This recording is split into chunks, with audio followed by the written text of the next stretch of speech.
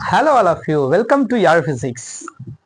So today we are going to discuss about 12th standard physics lesson number 1 electrostatics last class oda continuation which means ஒரு கெப்பாசிட்டரை நம்ம சீரீஸ்ல connect பண்ணி last கிளாஸ்ல பார்த்தோம். தென் இப்போ என்ன பண்ண போறோம் சார் அப்படிங்கிட்டா அந்த கெப்பாசிட்டரை பேரலா கனெக்ட் பண்ணி பார்க்க போறோம். ஸோ அதுதான் இந்த கிளாஸ்ல வந்து நம்ம டிஸ்கஸ் பண்ண போறோம். போலாமா கிளாஸ்க்குள்ள?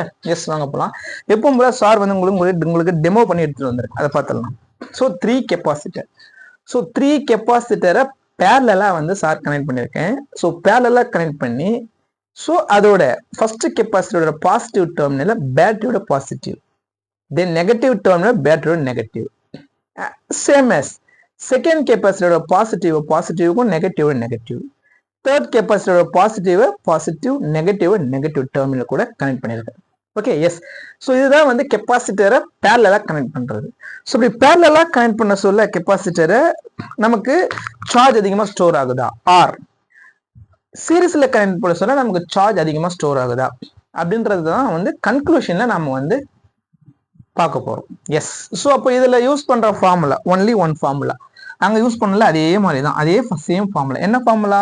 Capacitance of the capacitor C which is equal to Q by V. இந்த ஒரே ஒரு ஃபார்முலா தான், கொஞ்சம் சேஞ்ச் பண்ணி யூஸ் பண்ண போறோம். ஸோ ஃபர்ஸ்ட் ஆஃப் ஆல் நம்ம இதை ட்ரா பண்ணிக்கலாங்களா, வாங்க.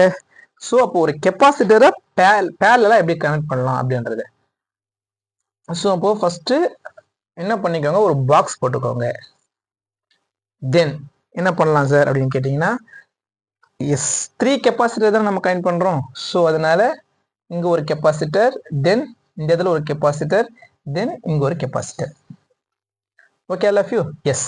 ஸோ என்ன பண்றீங்க, ஃபர்ஸ்ட் கொஞ்சம் எரேஸ் பண்ணி positive and then negative terminal போட்டுக்கோங்க. அண்ட் தென் ஸோ இங்க capacitor 1, capacitor 2, capacitor 3. So erase பண்ணி என்ன பண்ணிக்கலாம் சார் அப்படின்னு கேட்டீங்கன்னா, capacitor 1, capacitor 2 and then capacitor 3 capacitor connect பண்ணிடலாம். ஸோ அப்போ கெப்பாசிட்டர் நம்ம என்ன பண்ணலாம், நேம் கொடுத்துடலாங்களா, வாங்க. This is positive terminal, negative terminal and then voltage of a battery. So C1, C2, C3. பாருங்க, கெப்பாசிட்டரை நம்ம சீரீஸ்ல கனெக்ட் பண்ண சொல்ல சார்ஜஸ் வந்து சேமா இருக்கு அப்படின்னு பார்த்தோம். பட் பேரலா கனெக்ட் பண்ண சொல்ல டெஃபினட்டா சார்ஜ் வந்து சேமா இருக்காது. ஸோ அதனால நம்ம என்ன பண்றோம் அப்படின்னா Q1, Q2, Q3 அப்படின்னு ரைட் பண்ணிக்கிறோம். அப்போ கெப்பாசிட்டன்ஸ் ஆஃப் த கெப்பாசிட்டர் டெஃபினட்டா கான்ஸ்டன்டா இருக்க போறது இல்லை. ஒய்? பிகாஸ் நம்ம ரெண்டு இதுலயும் வந்து செப்பரேட்டா கனெக்ட் பண்றோம், அதனால அவன் கான்ஸ்டன்டா இருக்க போறது இல்லை. சார்ஜும் வந்து கான்ஸ்டன்டா இருக்க போறது. அப்ப இங்க யார் சார் கான்ஸ்டன்டா இருக்க போறான், பொட்டன்ஷியலா சார்னு கேட்டீங்கன்னா, எஸ், பொட்டன்ஷியல் தான் கான்ஸ்டன்டா இருக்க போறான். ஸோ அப்ப இந்த டயக்ராம் இருக்க ஒவ்வொரு நோட்டேஷன்ஸை நம்ம எடுத்து எழுதிக்கலாம். C1, C2, C3 is nothing but capacitance of the capacitor.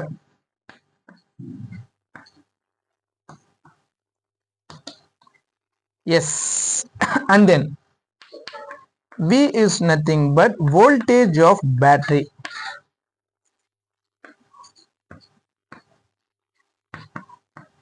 Voltage of battery. Yes. And then Q is nothing but charge.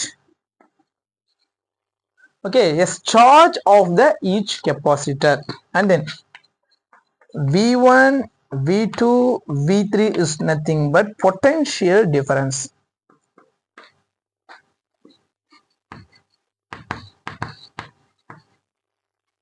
So potential difference இந்த இடத்துல டெஃபினட்டா சேம் தான், அப்படிதானே? எஸ்.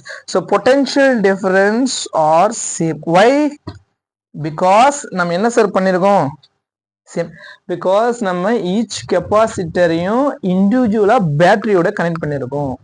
ஸோ அப்போ இங்க 1 வோல்ட் கொடுத்தா அப்படின்னா இவனுக்கு 1 வோல்ட் போடுறதுக்கு சார்ஜ் டிஸ்ட்ரிபியூட் ஆகும். இங்கேயும் 1 வோல்ட், 1 வோல்ட், இங்கேயும் 1 வோல்ட், எல்லாத்துக்குமே 1 வோல்ட் போகும். அப்போ பொட்டன்ஷியல் விச் மீன்ஸ் வோல்ட் வந்து இங்க எப்படி சார் இருக்கும் அப்படின்னா சேமா இருக்கும். Potential difference. எஸ். அப்படிதானே?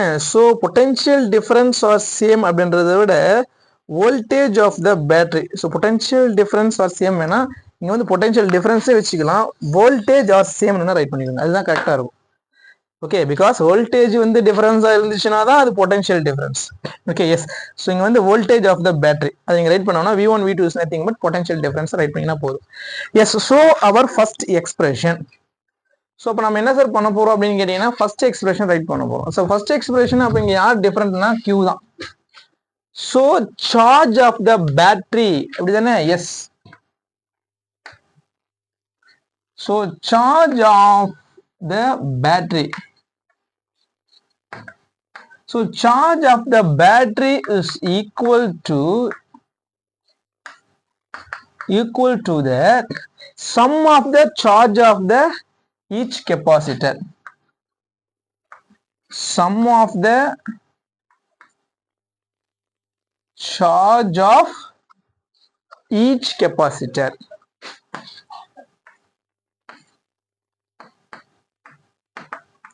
Right பண்ணிடலாங்களா?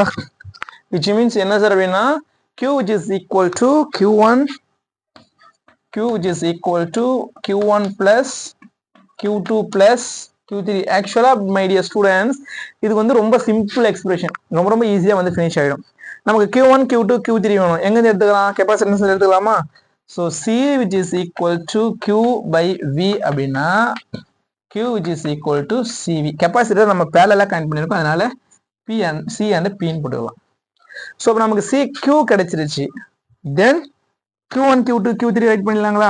Q1 which is equal to C1V, Q2 which is equal to C2V, Q3 which is equal to C3V. அப்படிதானே? பாருங்க, Q which is equal to C1 CPV அப்படின்னா Q1 னா C1V. சரி, ஏன் sir V1 சரி ஏன் sir நம்ம வந்து Vக்கு வந்து 1 2 3 வந்து ரைட் பண்ணல? ஏன் ரைட் பண்ணல? Because potential voltage are same. இப்படிதானே? ஸோ அதனால அவனுக்கு நம்ம 1 2 3 கொடுக்க கூடாது. ஸோ அப்போ இவனை இதில் சப்ஸ்டிட் பண்ணிடலாங்களா? வாங்க. ஸோ அப்போ Q becomes CPV.